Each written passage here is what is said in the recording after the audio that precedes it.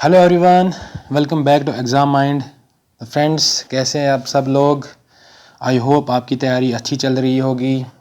तो हमने स्टार्ट किया था आपका एमसीक्यू सीरीज़, तो हम पहुंच गए आपके पार्ट 8 तक। जो मैंने आपके साथ प्रॉमिस किया था 200 प्लस क्वेश्चंस लाऊंगा मैं आपके लिए हिस्ट्री ऑफ फ्रीडम मूवमेंट, जो आपका पीरियड 1857 टू 1947 तक है। तो फ्रेंड्स, अगर अभी तक आपने प्रीवियस पार्ट्स नहीं देखे हैं तो आप उनको ज़रूर देखें। आई होप आपको मज़ा आ जाएगा। बहुत अच्छे क्वेश्चंस लाए हैं। तो अगर आप इस चैनल पर नए आए हो तो चैनल को सब्सक्राइब करना, और ये सेशन अच्छा लगे तो सेशन को लाइक करना और अपने उन फ्रेंड्स के साथ शेयर करना जो JKSSB या अदर एग्ज़ाम्स की तैयारी कर रहे हैं। तो चलिए आज का सेशन स्टार्ट करते हैं बिना टाइम को वेस्ट किए हुए। तो पहला क्वेश्चन आज के इस सेशन का ये रहा, which leader took over the leadership of salt Satyagraha when Gandhi ji was arrested during the movement. तो किसने लेड किया था? ये आपके option A Abbas Tyabji, option B Jawaharlal Nehru, option C Sardar Vallabhbhai Patel, option D Rajagopalachari. तो इस क्वेश्चन का करेक्ट आंसर क्या है? अब्बास तैयब जी। इनने क्या किया था आपका, जो जब गांधी जी को अरेस्ट किया था तब इन्होंने उसको क्या, साल्ट सत्याग्रह को लेड करा था। ठीक, तो क्वेश्चन नंबर 41 का आंसर 141 का आंसर क्या आ गया? ऑप्शन ए अब्बास तैयब जी।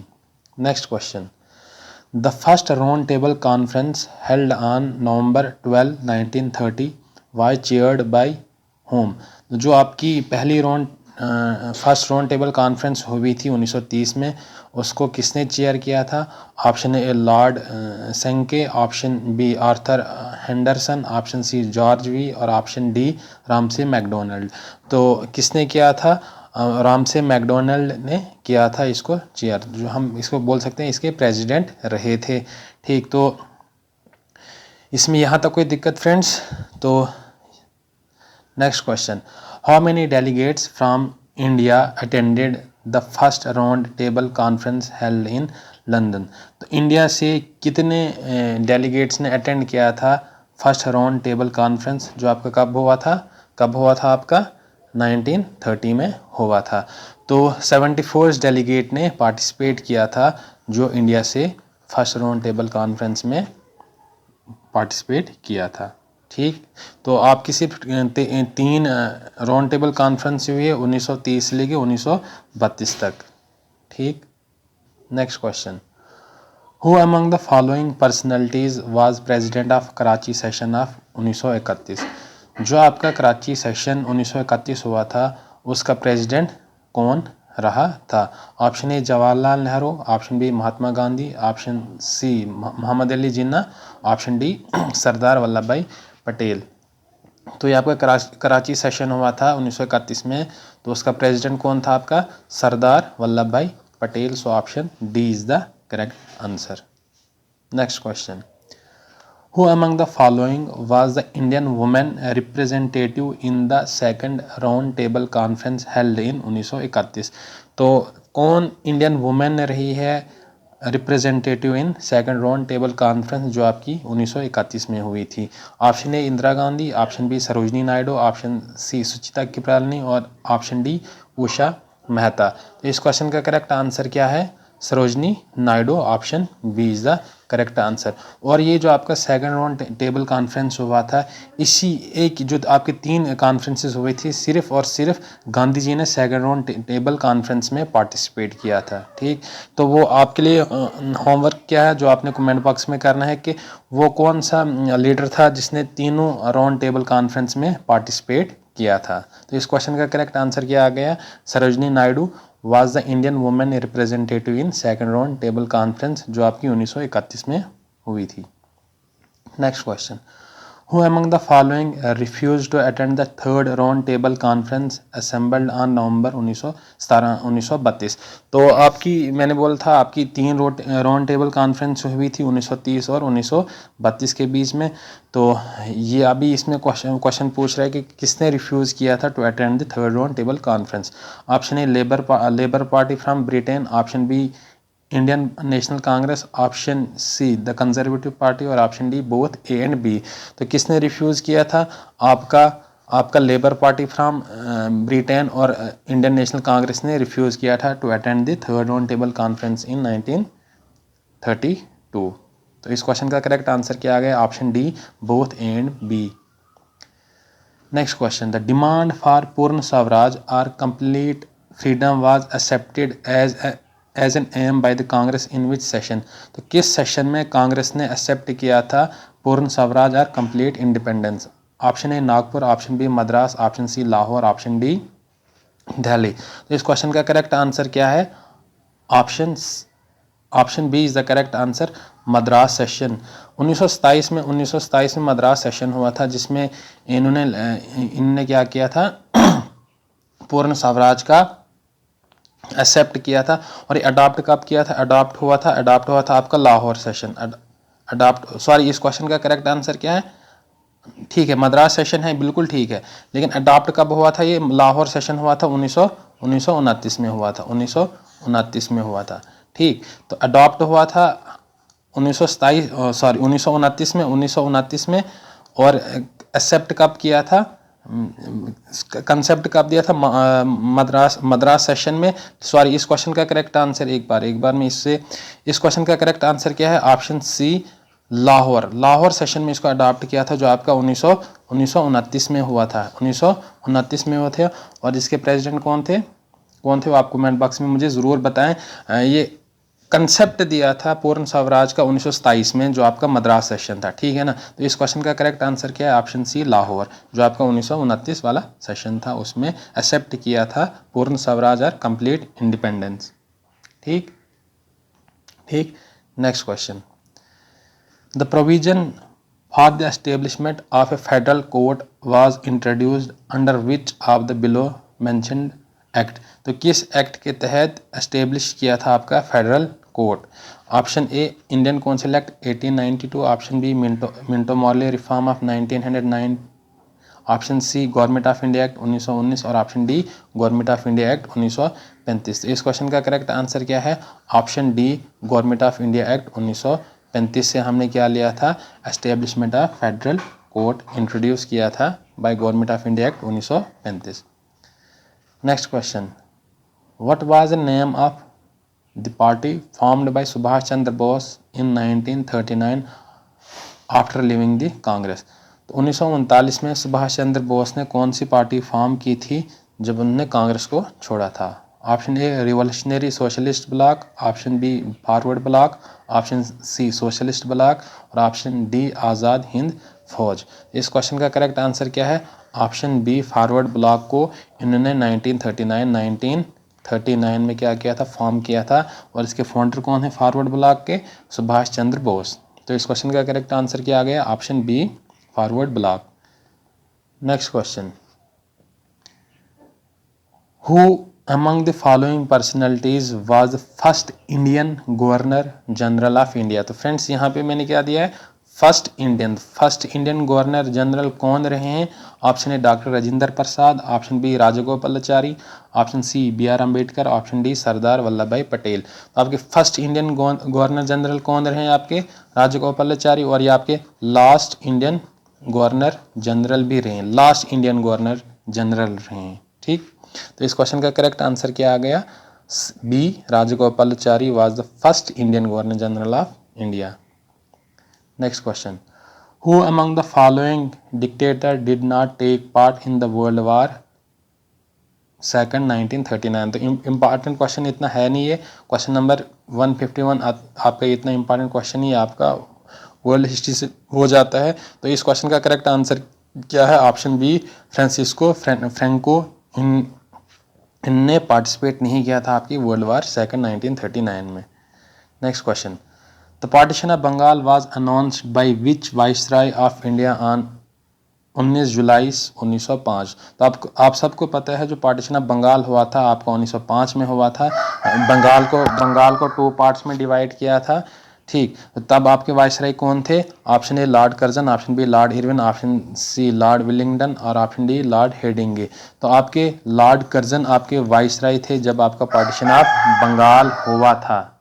ठीक, Lord Curzon. Next question, which movement proved to be the strongest in Bengal and also known as Vande Mataram movement. तो कौन सी एक मूवमेंट एक स्ट्रॉन्गेस्ट मूवमेंट रही बंगाल में जिसको वंदे मातरम मूवमेंट भी कहा जाता है? Option A non corporation movement, option B civil disobedience movement, option C quit India movement, option D swadeshi movement. तो इस क्वेश्चन का करेक्ट आंसर क्या है? Swadeshi movement was the strongest movement और जिसको वंदे मातरम मूवमेंट के नाम से भी जाना जाता है। So option D is the correct answer, स्वदेशी movement. Next question. Who was the president of first session of Muslim League 1907 which was held at Karachi? ठीक, तो कौन फर्स्ट प्रेसिडेंट रहे हैं जो आपका फर्स्ट सेशन हुआ था मुस्लिम लीग का 1907 का, तो उसके प्रेसिडेंट कौन रहे हैं? Option A Nawab Salimullah, option B Nawab Mohsinul Mulk, option सी विकारुल मुल्क और ऑप्शन डी आदमजी पीर बॉय। तो कौन थे आपके first president of Muslim league जो आपका 1907 में हुआ था? आदमजी पीर बॉय। ठीक, next question. Which of the following statement is incorrect with respect to the Lucknow Pact Congress League Party? तो आपने बताना इनमें से इन ऑप्शंस में से इन चार ऑप्शंस में से कौन सा इनकरेक्ट है with respect to the Lucknow Pact Congress League Pact। ठीक, option A session was held at Lucknow in 1916, option B aimed to separate Hindu community from Muslims, option C demanded dominant status for the country, option D Indian national Congress was headed by Bal Gangadhar Tilak. तो जो आपका ये Lucknow pact Congress pact league pact जो हुआ था ये between हुआ था आपका between Indian national Congress INC Indian national Congress हुआ था और इसको लेड किया था बाल गंगाधर तिलक ने। इसको लेड किया था बाल गंगाधर तिलक ने और किसके बीच में हुआ था? ऑल मुस्लिम लीग, ऑल मुस्लिम लीग के बीच में हुआ था जो आपका 1916 में हुआ था। ठीक, 1916 में हुआ था और इसको ऑल मुस्लिम लीग को किसने किया था, किसने रिप्रेजेंट किया था, कौन लेड कर रहा था? मोहम्मद अली जिन्ना। और इसका काम क्या था? यूनिटी बिटवीन हिंदूज एंड मुस्लिम। तो यहाँ पे इसका एम था यूनाइट करना, ना कि सेपरेट करना। So option B is the correct answer जो आपका गलत है। सेशन हुआ था आपका 1916 में और यहाँ पे INC और ऑल इंडिया मुस्लिम लीग के बीच में हुआ था 1916 में और इसका एम था unity between Hindus and Muslim. So option B is the correct answer जो आपका क्या है? गलत है with respect to the Lucknow pact Congress league pact. Next question. Gandhi ji founded Sabarmati Ashram in which year to preach the idea of truth and non-violence? तो गांधी जी ने कब साबरमती आश्रम फॉर्म किया था? Option A 1917, option B 1918, option C 1919 और option D 1920। तो गांधी जी ने 1917 में साबरमती आश्रम कहाँ पे? गुजरात में स्टार्ट किया था आपका 1917 में साबरमती आश्रम। ठीक है ना, तो preach the idea of truth and non-violence. Next question. The All India Trade Union Congress which was founded in the year 1920 was presided by whom? जो आपकी all India trade union congress बनी थी इन 1920 उसको किसने preside किया था? Option A NM Joshi, option B Rai Chaudhary, option C Diwan Chaman Lal, option D Lala Lajpat Rai. तो इस क्वेश्चन का करेक्ट आंसर क्या है? Lala Lajpat Rai presided the was first president of all India trade union congress जो आपकी 1920 में हुई थी। All India trade union congress 1920 में बनी थी जिसको फॉर्म किया था, ये इसके क्या थे? फाउंडर थे NM जोशी क्या थे? इसके फाउंडर थे और राय चौधरी और MN जोशी इसके क्या थे? फाउंडर थे। क्या थे? इसके फाउंडर थे। लाला लाजपत राय इसके प्रेसिडेंट थे और दीवान चमन लाल इसके क्या थे? जनरल सेक्रेटरी थे। क्या इसके थे? जनरल सेक्रेटरी थे। इसके क्या थे? जनरल सेक्रेटरी थे दीवान चमन लाल। तो president all India trade union Congress के कौन थे? लाला लाजपत राय। ठीक, जो सेशन 1920 का हुआ था और 1920 में ये बनी थी। Next question. Bhagat Singh, Rajguru and Sukhdev was hanged to the death on 23rd March 1931 due to which conspiracy? तो किस कंस्पायरेसी के तहत 23 मार्च 1931 के दिन भगत सिंह, राजगुरु और सुखदेव को फांसी दी थी?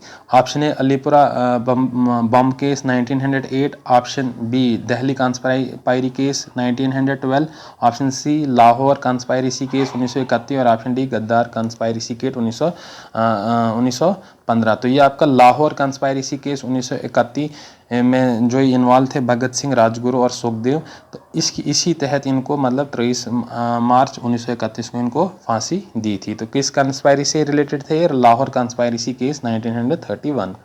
Next question, which of the following movement was started together with Dandi March in the year 1930? तो गांधी जी ने डांडी मार्च स्टार्ट किया था 1930 में, तो किस मूवमेंट के साथ? Option A non corporation movement, option B civil disobedience movement, option C quit India movement और ऑप्शन डी चंपारण मूवमेंट। तो आप सबको पता है चंपारण मूवमेंट कब हुआ था? आपका कब हुआ था? 1917 में हुआ था, 1917 में हुआ था।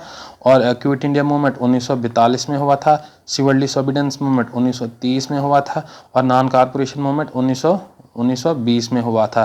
तो 1930 में आपको कौन दिख रहा है? Civil disobedience movement. तो फ्रेंड्स, आपको क्रोनोलॉजिकल ऑर्डर में चीज़ें मॉडर्न हिस्ट्री की ये मूवमेंट्स याद होनी चाहिए, ठीक।